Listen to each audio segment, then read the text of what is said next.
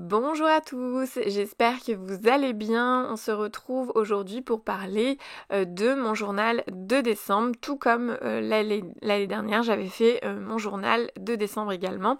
Alors je l'avais fait de A à Z, je l'avais construit de A à Z entièrement par moi-même. Là cette fois-ci j'ai acheté un classeur de Perrine, donc la boutique dans mes pochettes. Et en fait voilà, au salon création et savoir-faire, j'ai eu un coup de cœur pour ce petit classeur que j'aime beaucoup. La taille me va très bien. Je sais pas si elle fait d'autres, si elle compte faire d'autres classeurs dans cette taille-là, mais moi c'est vraiment la taille qui me plairait pour continuer à la limite, pour remplacer mon memory planner et pour aller vers un. Alors ça s'appelle du Project Life, mais on va essayer de parler en français et dire du coup, Perrine dans mes pochettes, elle va appeler ça mon journal de l'année et du coup je pense que c'est ce que je vais faire. Je vais faire ça dans un classeur. Par contre, bien sûr, je ferai à ma sauce. Je ferai pas que dans des pochettes. Je pense qu'il y a des pages que je ferai un peu style scrap et tout, parce que ça, c'est vraiment, je pense, ce qui m'a le plus manqué par rapport au memory planner, où c'est trop dans les cases des jours. En fait, voilà. Donc là, je suis en train de vous montrer donc les différentes pochettes. Donc si vous ne connaissez pas le Project Life ou ce que fait Perrine, donc le journal de décembre ou mon journal de l'année, eh bien c'est un album photo et on range tout dans des pochettes qui sont préconstruites. Donc là par exemple c'est 4 petites pochettes en format portrait, mais il peut y avoir également 2 pochettes en format paysage, etc. Et en fait on peut y mettre de la photo, on peut y mettre du journaling, on peut y mettre des petits objets, de la petite décoration, des paillettes, des strass, des pages, une page d'art journal, pourquoi pas. On peut glisser des petites créations, des petites cartes, etc. Enfin, l'important, c'est vraiment de se faire plaisir et de raconter des petites anecdotes du quotidien ou du mois, etc. Vous pouvez faire à la fréquence que vous voulez. Vous pouvez décider de se faire une page par mois ou une double page par mois ou une page par semaine, une double page par semaine. Enfin, vraiment, faites comme vous voulez. Donc là, je suis en train de vous montrer que cette fois-ci, c'est en format paysage, donc c'est parfait pour une grande photo par exemple. Mais voilà, vraiment il faut agencer son journal comme on a envie, sans se mettre des contraintes, sans se mettre des règles. C'est vraiment quelque chose que je vous encourage à faire. Faites ce que vous avez envie de faire, comme vous avez envie de faire. Il ne faut pas se dire je cherche une technique et une façon de faire. C'est quoi les règles du jeu? Non, non, faites vraiment vos propres règles et c'est le plus important. Donc là, je suis en train de vous montrer que la marque que j'ai achetée, c'est Coco Loco. Donc c'était dans le stand dans mes pochettes. Donc sur le site internet, je suis sûre que vous pouvez retrouver ce genre de pochette si ça vous intéresse. Et dites-vous que il existe plein de marques et de techniques différentes. Alors je voulais pas dire techniques différentes, mais plutôt disposition de pochettes différentes. Voilà.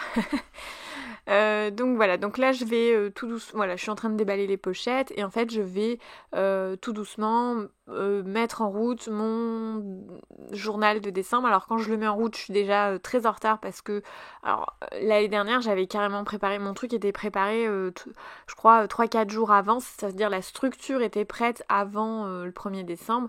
Là étant donné que j'ai acheté mon classeur le 1er décembre, forcément j'ai préparé ça bien après et j'étais en retard, donc je l'ai quand même fait, j'ai quand même essayé d'être pas trop en retard, c'est-à-dire que j'ai régulièrement filmé ce que je faisais, mais j'ai pas pris le temps de monter, j'ai pas pris le temps de faire la voix off et tout, donc j'ai beaucoup de retard plus par rapport à ça plutôt que par rapport au journal de décembre. Donc là, je remercie ma copine Cécile parce que les petites pochettes que vous voyez à l'écran, c'est grâce à elle que je les ai, puisqu'en fait on s'est échangé un calendrier de l'Avent dans le thème du loisir créatif et on s'est offert mutuellement plein de petites choses et ça faisait partie de c'était la case numéro 1 de son calendrier de l'Avent qu'elle m'a offert et dedans il y avait donc les cartes euh, pour mettre dans les petites pochettes. Donc c'est super, je suis super contente parce que du coup j'avais pas grand chose à mettre dedans. En fait j'avais acheté qu'une collection de papier et je me suis rendu compte qu'une collection de papier c'était probablement un petit peu juste. pour remplir la totalité du journal, en sachant que moi, vu que c'est un journal de décembre, il couvre tout le mois de décembre. Il va pas jusqu'au 25, il va vraiment jusqu'au 31. Donc forcément, voilà, je me suis rendu compte que une collection de papier, c'était un petit peu juste. Mais voilà, en même temps, j'avoue que je me rends pas du tout compte de comment ça va se passer, etc. Donc là, j'ai pas coupé la totalité des papiers, j'en ai coupé. En fait, c'est pas mal fait parce que Perrine, elle fait en sorte que tous les papiers soient en double. Donc en fait j'ai pris un exemplaire de chaque que j'ai coupé vraiment en version petite et l'autre je les ai laissés en entier en me disant bah voilà je ferai probablement la moitié de la page ou autre, enfin bon bref, je me suis laissé on va dire une petite marge pour au cas où il faut faire une page entière, une demi-page, etc. etc. Là du coup je prends ma deuxième collection de papier, donc celle-là je l'ai achetée également le jour du salon création et savoir-faire et c'est la collection de papier de Florilège Design, donc c'est il me semble Histoire d'hiver, voilà. Histoire d'hiver que j'aime vraiment beaucoup. Personnellement Enfin voilà, je trouve pas qu'elle dénote, on voit que c'est deux collections différentes, mais elles dénotent pas non plus. Elles s'accordent quand même assez facilement, je trouve, avec celles de Perrine de Dans mes pochettes. Voilà, je me rappelle plus du tout le nom de ces cartes, la collection que c'était, mais enfin bon, au niveau couleur, c'est pas exactement la même chose, mais voilà, c'est pas non plus super éloigné, ça fait pas criard non plus. Enfin voilà, donc moi ça me dérange pas du tout de mélanger deux collections. Voilà, du moment qu'elles sont pas non plus, elles font pas tâche l'une à côté de l'autre, on va dire. Donc voilà, je prépare tout, je découpe tout comme je l'avais, enfin voilà, si j'avais dû le faire l'année précédente, si j'avais dû le faire, pardon, de A à Z comme l'année précédente, et ben j'aurais fait exactement la même chose, j'aurais tout prédécoupé, j'aurais fait des tamponnages même d'avance. Là je l'ai pas fait puisque j'avais pas forcément le temps de le faire. Mais oui, j'aurais fait, je pense, quelques tamponnages d'avance. Là, du coup, ce n'est pas le cas. Vu que j'ai commencé un peu trop en retard, je me suis dit que je verrais au fur et à mesure du truc. Voilà, il y a forcément des choses que je sais d'avance que je vais pas utiliser, comme la grande liste. Là, l'année dernière, je l'avais mise dans mon carnet, puis en fait, je l'ai pas plus utilisée que ça. Donc voilà, je me suis dit que j'allais pas forcément la remettre.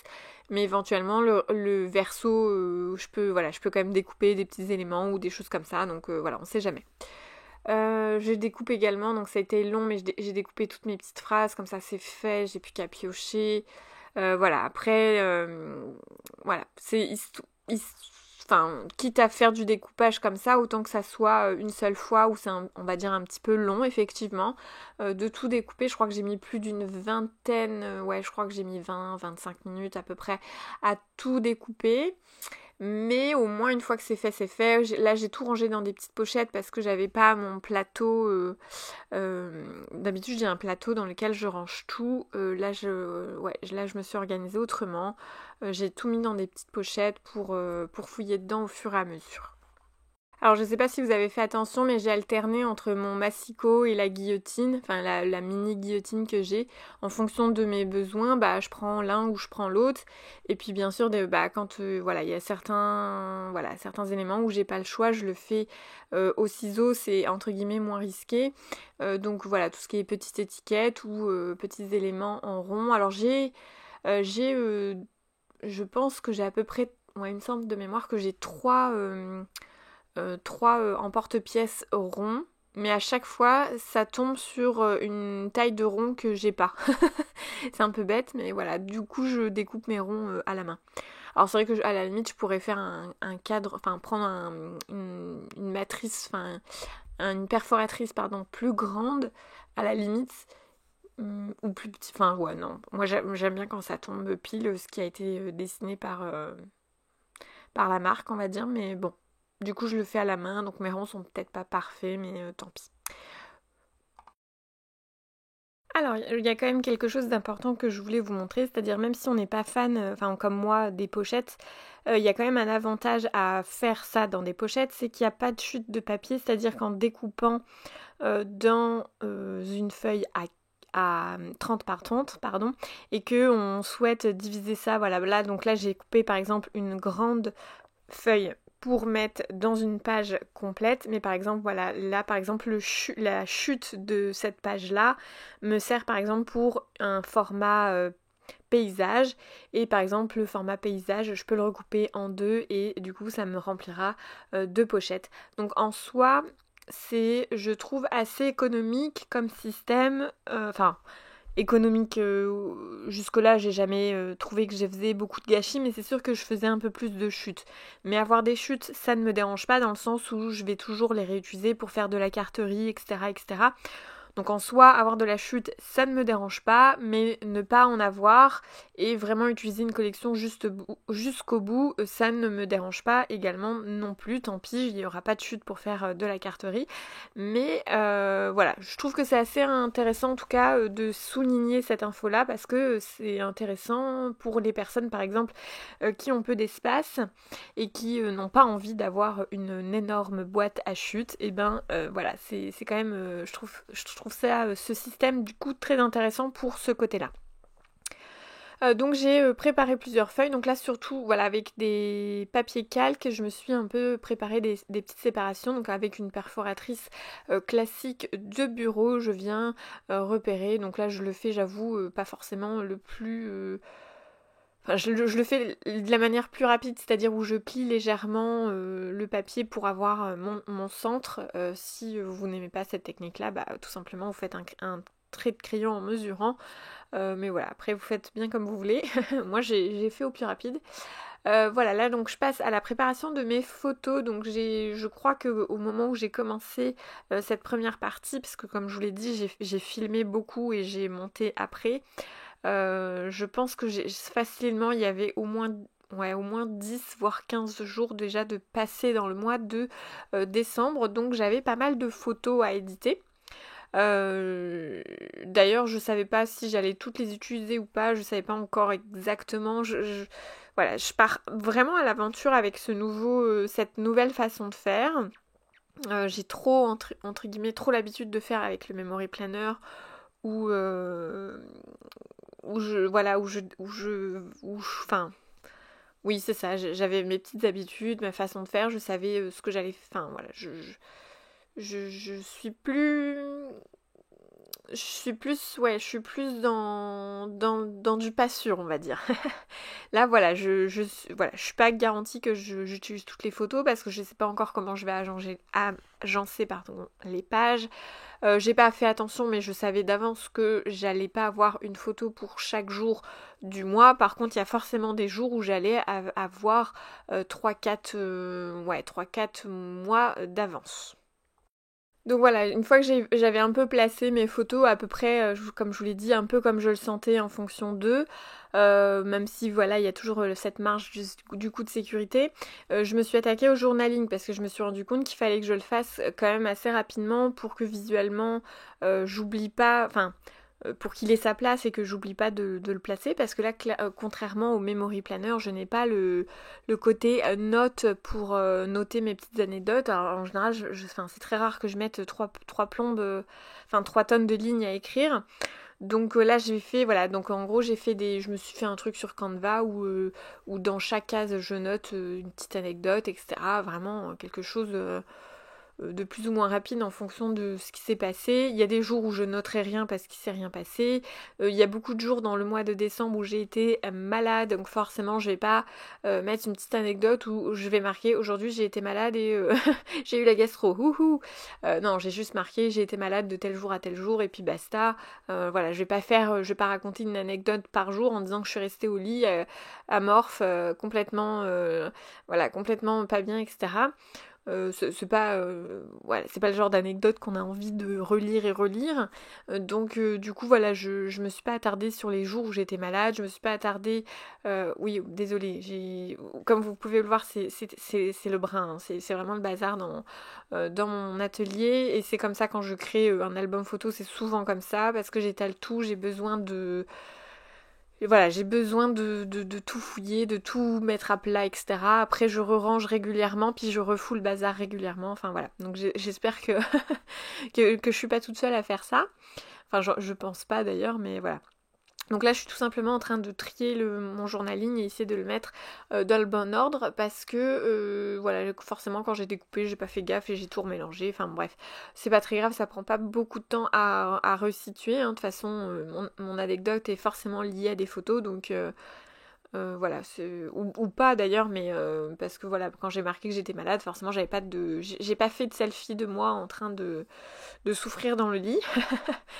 Mais voilà, donc là je cherche mes tampons pour décorer mes petites cartes de journaling où je marque mes petites anecdotes et du coup voilà, ça va prendre je vais prendre, comment on appelle ça,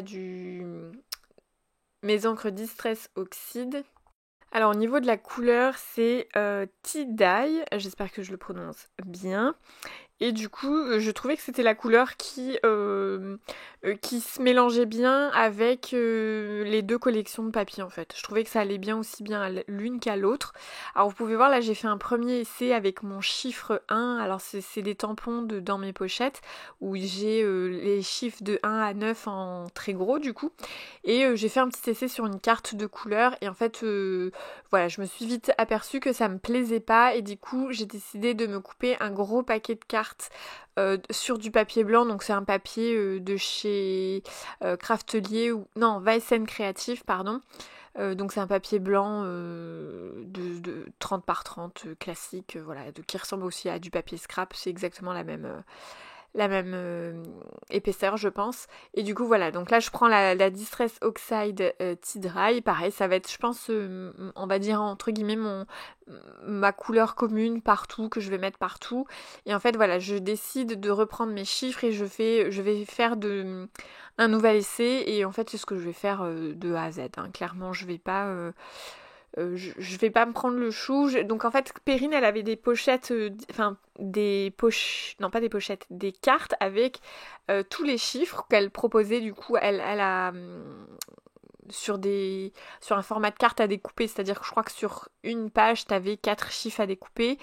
Mais je les avais pas. Moi, je les avais pas. C'était, enfin, financièrement, je fais, on va dire, des petites économies. Donc, parce que j'ai des gros achats à faire là pour 2024. J'aimerais bien me racheter déjà un nouveau téléphone parce que le mien est en train de rendre l'arme. Mais j'aimerais bien me racheter une caméra aussi pour quand même faire évoluer ma chaîne YouTube.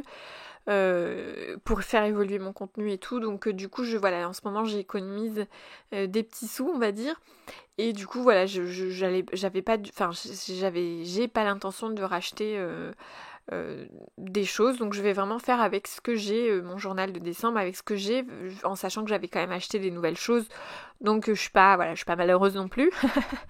Mais du coup, voilà, j'ai décidé d'utiliser ce que j'avais et si jamais je rachète d'autres choses plus tard, bah je ferai avec voilà, je compléterai éventuellement voilà, dans le cours du mois de janvier parce que j'attends les soldes pour faire des achats aussi.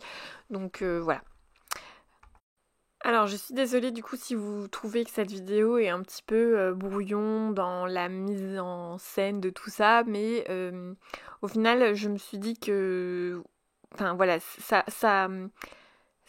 transpire ce que moi j'ai vécu, c'est-à-dire j'ai vraiment vécu ça en étant dans le flou total. Je savais pas comment m'organiser, je savais pas par quoi commencer, voilà, je savais pas ce qui allait me plaire, pas me plaire, etc. Donc je suis vraiment dans la découverte, dans les tests, voilà, je découvre en même temps que vous, on va dire, ces premiers essais. Je suis pas du tout experte dans ce sujet, mais je suis très contente voilà, de tester quelque chose de nouveau parce que voilà, même si voilà, j'ai l'impression de le répéter 50 000 fois, mais je suis pas fan du système de pochette, mais je suis pas du tout fermée à de nouvelles choses non plus. Donc du coup, voilà, je suis très contente voilà, de tester. Et puis c'est intéressant, voilà, de sortir un petit peu de sa zone de confort. Donc là, grâce à ma Distress Oxide et donc mes petites cartes, j'ai vraiment, voilà, je me suis dit, tant qu'à faire, autant faire tous les chiffres de 1 à 31 dans la foulée. Donc ça m'a pris du temps, ça m'a pris à peu près 20 minutes. Oui, c'est ça, à peu près. Oui, oui, oui, c'est ça, à peu près 20 minutes. Donc déjà, il y a 20 minutes, non, même 25 pour le découpage, 20 minutes pour la création de cartes, quelques minutes, on va dire, pour tout ce qui est découpage photo. Oui, ouais, ça, je peux le rentrer dans le découpage des papiers, etc. Donc on va dire 20, 25, 30 minutes à peu près. Donc rien qu'en préparation, au final, ça me prend autant de temps que si je l'avais fait de A à Z. Le seul temps qui est économisé, c'est la structure au final. Mais comme je vous l'ai dit, moi, c'est pas quelque chose qui me dérange et au contraire, j'avais peur qu'avec ce système de pochette, j'ai l'impression de pas faire grand chose. Je sais pas si je suis claire là-dedans, mais j'avais vraiment l'impression que j'allais juste ranger les choses dans les pochettes et que ma créativité allait être un petit peu mise de côté. Puis en fait, j'ai pas du tout cette impression-là. Du moins pour le moment, donc on va voir si cette impression continue. Moi je vais vous dire les choses le plus honnêtement possible, puisque le but c'est de vous partager mon expérience et pas... voilà, enfin je suis pas là pour vous dire il faut faire ci, il faut faire ça, hein. Vous faites bien comme vous voulez, et moi aussi. Donc voilà. Qu'est-ce que je peux vous dire d'autre? Du coup voilà, cette première vidéo va être voilà très centrée sur la préparation, tout comme l'a été ma vidéo de l'an passé. L'année dernière j'avais fait ça, hein, je crois que j'avais fait une vidéo entière sur la préparation. Là voilà, donc là je vous montre pas vraiment de mise en page, etc. Je sais pas du tout si je vais réussir à faire ça pour les autres fois. Je vous avoue que je suis encore une fois dans le flou total sur l'organisation de cette page. Ouais, c'est un peu bizarre et particulier à expliquer, mais j'ai vraiment l'impression que avec les pochettes, on peut vraiment faire ça de manière décousue et de tout recoller les morceaux à la fin. Voilà, je sais pas si je suis claire, mais en gros, vu que c'est dans des pochettes, bah on peut vraiment aménager ça. Voilà, on peut commencer par par la page 5 et puis après continuer avec la page 3 puis etc., etc. Bon, je pense qu'au final c'est un petit peu pareil. L'année dernière, vu que j'avais fait un système à anneaux, je pense que c'est exactement la même chose. Par contre, quand on fait un système de relure où on peut pas interchanger les pages, effectivement là on est vraiment obligé de faire ça peut-être de manière un petit peu plus organisée et un peu moins risquée. Là c'est vrai que ce soit un système à anneaux ou le système du classeur, bah, on peut vraiment plus facilement aménager. Et encore là, encore une fois, avec les pochettes, on peut retirer ce qu'on a mis dans la pochette et réaménager. Enfin, voilà. Donc, je trouve qu'au final, c'est assez plaisant d'avoir cette sécurité de manœuvre. Donc voilà, donc je vais vous laisser sur ces images. Je vous retrouve très très rapidement pour la partie 2 parce que je veux pas que ça traîne trop sur le mois de janvier. Donc je vais essayer d'être assez rapide pour la partie 2 de ce journal de décembre. À très bientôt!